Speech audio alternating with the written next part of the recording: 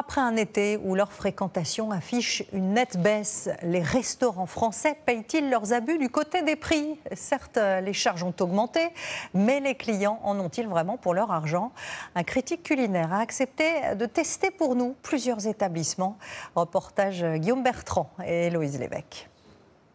Honfleur, son port, ses bateaux et ses restaurants. En pleine saison, ils sont assaillis par les touristes et par des commentaires assassins. Vous prenez les touristes pour des porte-monnaies. Une étoile, et encore, c'est pour la serviette à peu près propre. On a vraiment mal mangé, seule l'addition était salée. Est-ce vraiment si catastrophique? C'est vrai, la fréquentation des restaurants, ici comme ailleurs, s'est effondrée cet été.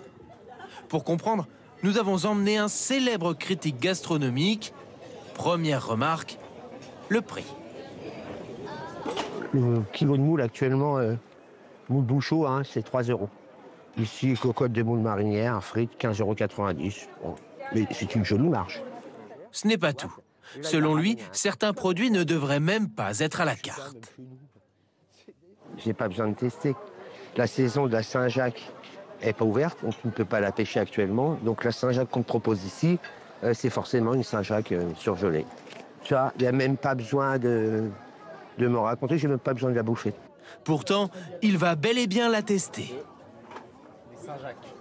Dans un des restaurants du port qui a accepté notre caméra, c'est à sans appel. De la texture passe encore, le goût est complètement éteint. Celle-là, elle n'a jamais vu Honfleur. Il ne croit pas si bien dire, et le patron l'admet, la Saint-Jacques n'est pas surgelée, mais elle ne vient pas d'ici. C'est pas de la française. Ah oui. Alors qu'on est en Honfleur et on n'a pas de la Saint-Jacques. Non, parce que chez nous, ils ont des quotas, les pêcheurs, donc on peut pas en avoir tout le temps. Sur sa carte, elle coûte 26 €.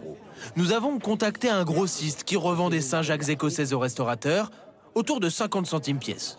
Pour notre expert, la marge est considérable, mais le restaurateur se défend. C'est la matière brute qui a augmenté. Nous, on travaille avec un marailleur, donc lui, il va le chercher là où il peut l'avoir déjà, là où il y a de la disponibilité, là où les prix sont aussi concurrentiels, parce que, comme vous avez pu le remarquer, on ne pratique pas non plus des prix exorbitants par rapport au cadre dans lequel on exerce. Cette tendance à la hausse gagne tous les produits, y compris le très populaire burger. S'il coûtait en 2022 15 €, il se paie aujourd'hui 18,50 €. C'est 23% d'augmentation en moyenne. Dans ce restaurant, c'est même 20 €. Mais pour quelle qualité? Retrouvons notre critique à la terrasse d'un établissement de la capitale. Voilà le plat le plus servi dans les brasseries traditionnelles parisiennes en 2025. Verdict. Ça a le goût d'un burger très correct.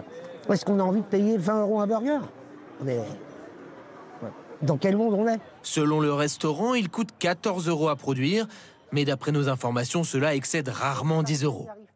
Pour justifier le prix, les charges sont en hausse. Tout augmenté. Le personnel, le loyer des bâtiments, le quartier, vous payez l'électricité, le gaz. Face à une addition de plus en plus salée, les clients se réfugient dans des enseignes moins chères, les boulangeries ou la restauration rapide.